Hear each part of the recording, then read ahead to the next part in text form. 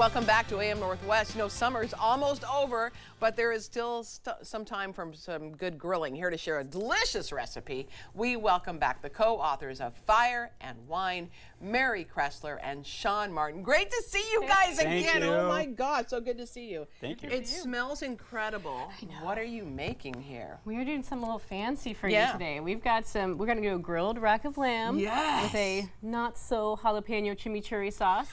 And then that is for me. It's for you. That is for me because I can't do anything spicy. We got you. Yeah, Okay. this is just something fun. It would be a nice Sunday dinner, Right. just some fun kind of end of summer celebration. Sure. So we're gonna do a little lamb, a little chimichurri, and take it away, Sean. Take it away, Sean. Awesome. Yeah, so we're doing lamb lollipops, which are these fancy little bone-on cuts from a rack of lamb. So when you're going to make lollipops, we recommend getting the rack as an entire unit. Okay. And then as a pro tip, get them Frenched. What does that mean? So Frenched means that all of the skin and the cartilage and the meat have been taken from the bone itself, showing the bone. I see. So you can Otherwise, hold it'd be it. covered in. Otherwise, you have to get in there with your knife, and it's just a pain. I had no idea. Okay. So get them pre-Frenched. Yeah. And typically, we're going to look at whether we need to trim anything off, so it looks really good on this side. Yeah. On this side, there's a little bit of heavy fat on top, so I'm just going to take a knife and kind of just take a little bit of that fat cap off. Okay. And then sometimes there's a little bit of silver skin. I like to just make sure if it's thick, like down here, I might just take the knife and just slowly go through and remove some of that. Why take that off? It gets chewy, so when you're actually cooking it, it tends to get a little chewy and thick. Is that kind of like the silver skin you say? First I've heard of it. Is that like what's on the back of ribs when you? Yeah, Okay. And exactly. You pull that off? Very similar. And that way, what you're doing is you're adding to the texture without necessarily taking away from the flavor. I see. Okay. So I'm just pulling a little bit of that off right here, and then it's time to season. Okay. And whenever I season, I like to start with a little bit of a binder, like olive oil. Okay. So by adding the olive oil, it helps the dry rub stick. Now I'm watching your grill, and it's getting very hot. Yes. Yeah, we're hoping that we don't good. set the fire alarm off. Okay. We have done that before. We want a grill hot. Okay. So when we're setting this up for grilling, we're getting a hot grill set up for 2-zone grilling. So that means we got a hot side and a cool side. Right. And we want to sear it first to get that nice crust on the outer edge. And then we're going to finish on the indirect side so that we can allow it to come to its final finishing temperature. This is a mix of herbs, so it's got salt, pepper, rosemary, oregano, thyme, a little bit of paprika, and we like to bring a little bit of that herbal flavor with the salt. Okay, gotcha. So now that it's seasoned, we're going to go right over the direct heat, so you can hear that sear, that sizzle. Now, if this were the grill, it would be right over the hot coals on the grill grate.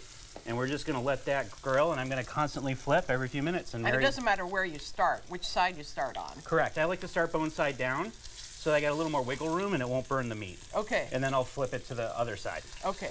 Gotcha. And Mary's going to talk about the chimichurri. Yes. Yeah. Well, that's cooking. Let's do a chimichurri. Let's do it. You know, with a lot of lamb, a lot of people would do like a mint sauce or like a chutney, and that's fine. But I think it kind of masks the flavor of the really delicious meat. Sure. So I want to go chimichurri. Chimichurri is kind of your traditional South American. You pair it with beef, but why not put it with lamb? Yeah, I hear you. So we're going to go pretty classic, but I would say traditional chimichurris, most people are chopping everything up by hand. Yeah. But if you're cooking this for a crowd, like we're going to be cooking this for 800 people on Friday night. Oh yes, at A. Yeah, I'm not going to cut everything up by hand. No. So we're going to take help from our friend the food processor. Okay. So what I will do is just kind of pre-chop just a little bit because I don't want it to turn into a puree. Okay. So you just want to give it a rough chop.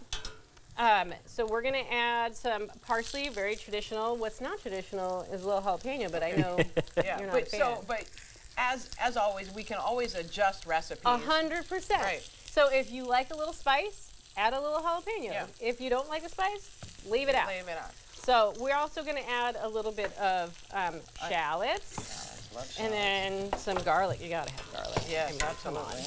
And then a little oregano. That's very classic for chimichurri. Okay. Oregano. Some red chili pepper flakes. Those are a little spicy, but you again just adjust. I think these are too. Yeah, there you go. Just a little like. And then what I like to do before adding the liquids, I like to pulse it. Okay. Just a few times. Oops. Here, you got the. Oh, sorry. Did I get it all right? There we go. Oh, you know what? There you go. I've used this before. It. There we go. We can figure this out. And then, yeah, just pulse it a few times. no, that's good enough. Oh, there we go. There we go. Okay. All right. So that I think is chopped lovely. Yeah. Then we're gonna add our liquid. So we're gonna have a little apple cider vinegar. Okay. Some lemon. Some lemon. Ooh, this is my arm workout for the day. This is not a very ripe lemon. Wow. If you want to add the apple cider vinegar, that's going to add a nice little kick. Lemon's going to add a lovely brightness. And then a little olive oil. Okay. So what we can do, you can start with a little bit of olive oil, give it another pulse, and then you've got a taste to adjust. Perfect. If you like it really oily, you can add a little more. Finish it up with a little salt. Okay.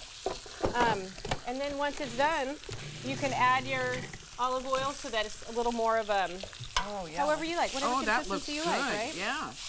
Yeah. And that's it. It's so easy. And if you're making it for 800 people, it's even easier using that. Let's try it. And then, when Sean's about finished, he's got to finish it up. So basically, we're going to cook it until the internal temperature is medium rare, so like 135 degrees. Oh, 135. Okay. And then the whole rack's going to come off at the same time. And what I like to do is just take it right down the bone side and just do a quick cut through the bone as I work through. And then you have that nice little lollipop cut. Yeah, that looks great. You eat right off the bone. Jimmy, do you like a little? I put it on the side maybe? No. Right on top of it. Okay, there you go. Nice. Oh, yeah, so tell me about A on Friday and Saturday. Yeah, so we're going to be cooking. A is doing a big wine and food festival. There's going to be about 15 different celebrity chefs, a lot of Food Network people. Oh, my God. And we're going to be there. Food Network people and you? People, Yes. We were at the... We're going to be cooking up this lamb, and you can taste it yourself Friday night. We'll be there all weekend as well. There's going to be a lot of amazing events throughout the weekend at A. And if they're a viewer, tell them to say hi. Come say hi to us. We want to we love it when connect. you guys come and say hi. Yeah, and I'll be there. Yes. Yeah, to visit you guys. I'm That's excited. Gonna be so fun. That is fabulous. Yeah. Absolutely fabulous. Awesome. Thank you. And the wine you paired it with was a Cabernet. Cabernet, right? yeah. You can go big with Cabernet, or you can do big Pinot. It's great with Pinot as well. Absolutely. We're going to put the recipe on our website. The book again is Fire and Wine. Mary Cressler, Sean Martin. Thank you both so much. Thank you. All right, we'll be right back with more AM Northwest. Don't go away. So good.